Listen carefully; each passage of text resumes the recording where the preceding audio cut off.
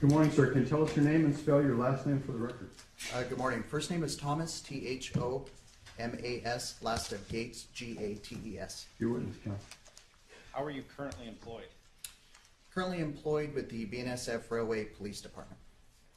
How long have you been employed with the police department for the railroad? I've been with the Railroad Police Department for a total of 5 years. Now, as law enforcement for the railroad, what are your primary duties? My current assignment is a police captain in charge of the investigations team. Primary roles and responsibilities of the railroad police is policing the railroad, providing protection to our facilities, providing police enforcement along the tracks, and any other enforcement investigations that would be done. Now, were you called in to assist in the investigation relating to the murder of Robert Limon? Yes, I was. How long after the murder occurred were you called on to assist? The following day. Now, who was your primary point of contact in assisting with the investigation? I was assigned as the liaison for my police department, and I was to assist Detective Meyer with any tasks that he needed.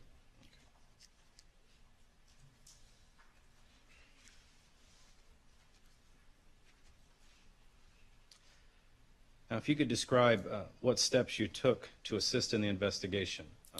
So early on in the investigation, we realized that with the railroad being such a unique organization, that there were going to be a lot of questions related to railroad work in general, facilities, personnel, and being an investigations team working specialized investigations, we also thought it'd be important to have one of us assigned to the investigation should they need any additional investigative assistance. Okay. Now, did you provide any information for items that were either taken or taken from the shop in Tehachapi or you believe to have been taken? Yes. Early on in the investigation, one of the significant things that I assisted with was researching and providing information on a stolen laptop computer. And how did you, what did you use to do the research?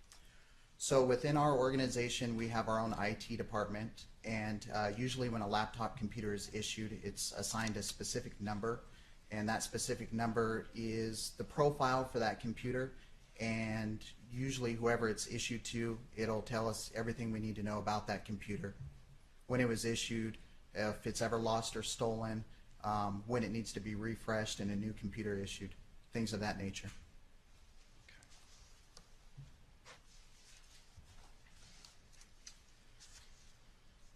Did you also assist in accessing some surveillance footage? Yes, sir, I did. Okay. Where did you get the surveillance footage from?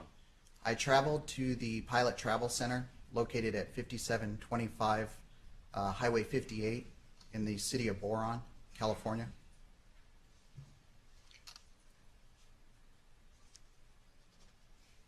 And why did you go to that location? At the point in the investigation where I went to look for video surveillance, Detective Meyer and I had spoke, and we were trying to determine paths of travel that could have been taken for the person of interest leaving the scene of the homicide. Okay. Now, just where is Kramer Junction in relation to a possible path of travel from Tehachapi? Kramer Junction would be the halfway point between the high desert and the Tehachapi area.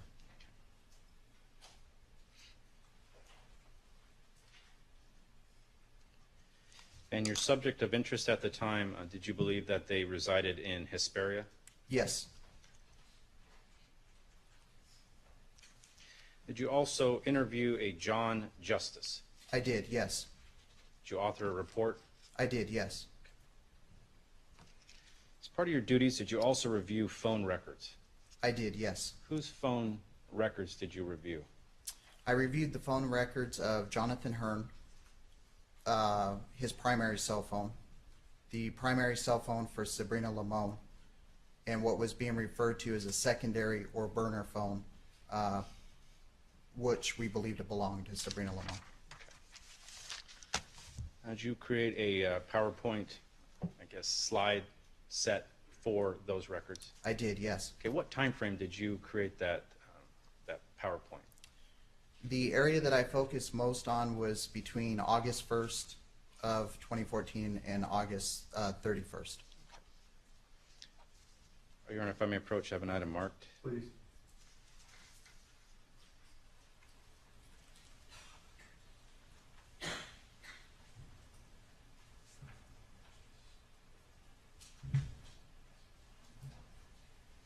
Equals 21 and 22 marked next in order.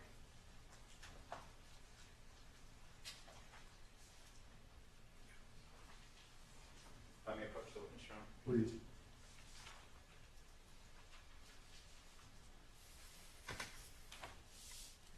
Mr. Gates, I'm going to start with people's, I believe, 22.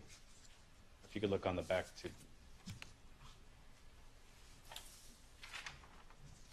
I do have that in front of me. Okay. What is that a photograph of? It's a photograph of overview of a Toshiba laptop computer.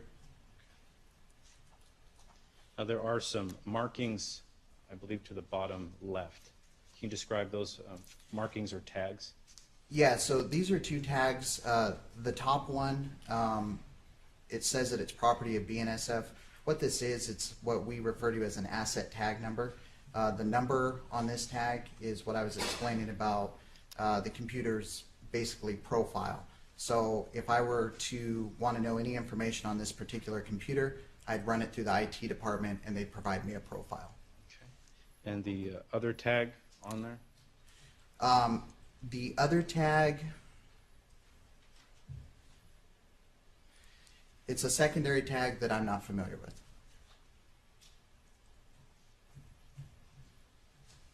What does the secondary tag that you're not familiar with say? What it says is report changes to, and it says use your normal procedures to coordinate equipment moves via telecom or facilities. When equipment is reassigned to a new person or location, complete corporation form number, then it gives the form number with updated information. An email to inventory, ISS asset.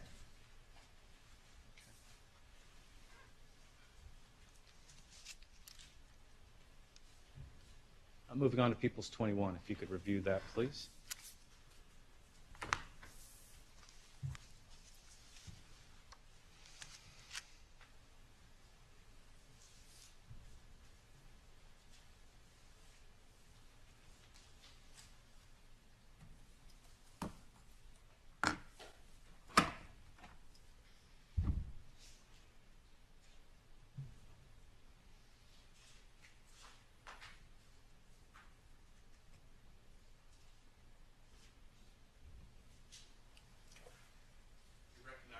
People's 21? I do, sir, yes. What is that item? This is a portion of the PowerPoint presentation that I completed for Detective Meyer. Okay. Your Honor, I would request People's 21 be moved into evidence at this time, be allowed to publish. Terry, have you seen that? I've seen it, Your Honor. I'll submit.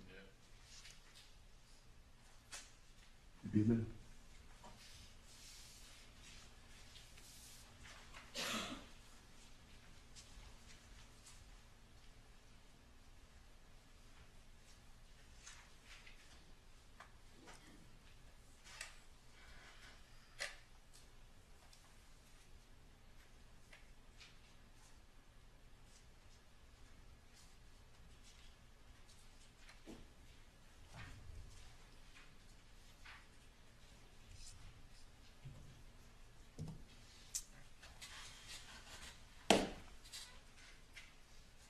Starting with page 1, People's 21. You just describe first what type of information we're looking at and how you laid out the PowerPoint. Yeah, so we quickly looked at two numbers in particular. The first one belonged to Jonathan Hearn. That's the 760-987-3569 number. That was his personal cell phone. We also were focused on what we believed was the secondary or burner phone for Miss Limon, which was 760-998-7958. And through the PowerPoint, just so we're clear, I'll refer to Jonathan Hearn's phone as Jonathan Hearn, and the other number is the secondary number, for clarification. Now, when you were going through the records for August, did you do that by filtering in Excel, or did you do it by? So with the call detail records, when we receive them as law enforcement, it's laid out on an Excel spreadsheet. So what my team did and myself did is we manually counted calls and text messages between the two numbers. If you could just start with the header where it says August 1, 2014 to August 13, 2014, and what were your findings? We found that during August 1st, 2014 to August 13, there was 1,605 text messages sent between the Jonathan Hearn's primary phone and the secondary phone. And on average, it's about 114 text messages per day, give or take each day, and approximately 117 multimedia messages. On to page 2, August 14 through August 15, what were your findings? We found during this time there was approximately 204 text messages sent and received between the two phones, to include multimedia messages. And then also for August 16, which is that second portion. We found a total of 93 text messages between the two phones. Moving on to page 3. What were your findings for August 17? We found that there was a phone call at approximately 12 in the afternoon, incoming from the secondary phone. On this day, significant text messages that were interesting in nature to us. There were a total of 8 at various times, 1:26 in the afternoon, 4:22, 4:22, 5:01 p.m., 5:04 p.m., and 6:57 p.m. And then an additional call at 7:50 p.m.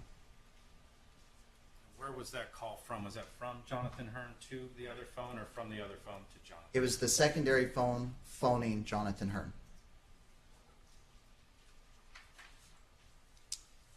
Moving on to slide 4, August 17, 2014 continued. We found that between 7:50 p.m. and 8:37, there's a total of 4 text messages outgoing and then 1 incoming to the secondary number. So Jonathan Hearn sent 3 or I'm sorry, let me rephrase that. There were 3 text messages sent from the secondary phone and 1 incoming to that phone. And then we had a outgoing phone call at 8:37 p.m. And then we had significant text messages between 8:30, 8 p.m. to the next morning, which would be 6:48. Total of 56 messages to and from the target numbers.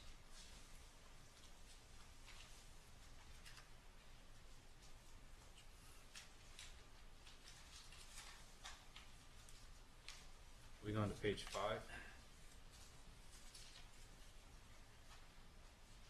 Labeled August 18, 2014 to August 27, 2014. What are your findings? Yeah, we found that on August 18th, 2014, there was a total of 97 text messages. And we also determined that Jonathan Hearn had called what was later determined to be the landline phone number of the Limon residence, and that they had a 134-minute conversation. Moving on to August 19th through the 22nd, we found that there were a total of 312 messages back and forth with 1 multimedia text message. And then moving on to August 23rd through the 27th, we found 307 text messages to include multimedia messages. Moving on to page 6. Labeled August 28, 2014 to August 31, 2014. If you could give your findings, please. Sure, a breakdown of each day. On August 28, 2014, there was a total of 55 text messages between the two phones.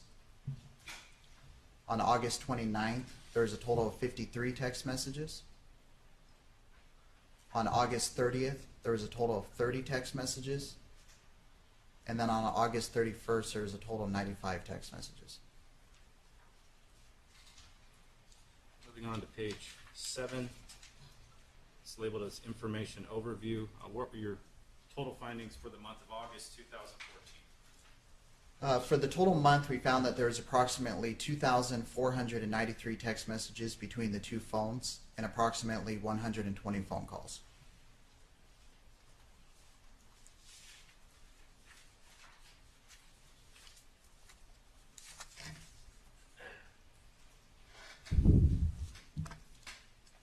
Nothing further. Ross?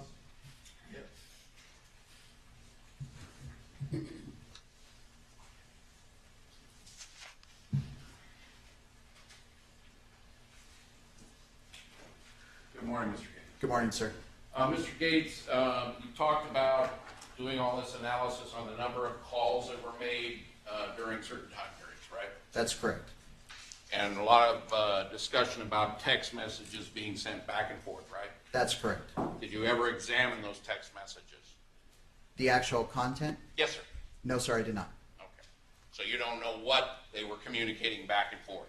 That is correct. I do not. Okay. Now, with regards to the phone calls that were made back and forth, you don't know what they were discussing then either? I do not, sir.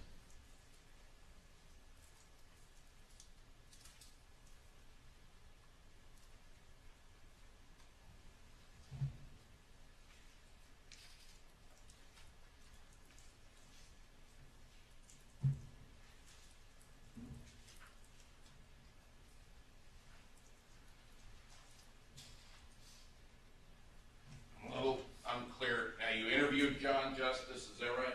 Yes, sir, I did. And that's the only interview you conducted yourself? Yes, sir. Okay.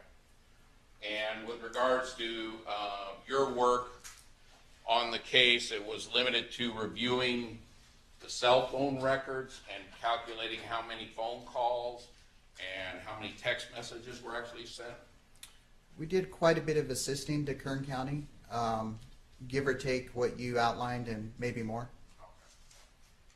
Now, as a part of that, can you tell me, if you know, on an annual basis, what was Rob Limon making for money with the railroad? How much did he earn? Unfortunately, I don't have that information. You're unaware as to what his annual income was. Would that be accurate? That is correct. I do not know. Thank you. I have nothing further at this time. Nothing else. Would you sit down, Mr. Gates? Thank you. Yes, sir. Thank you.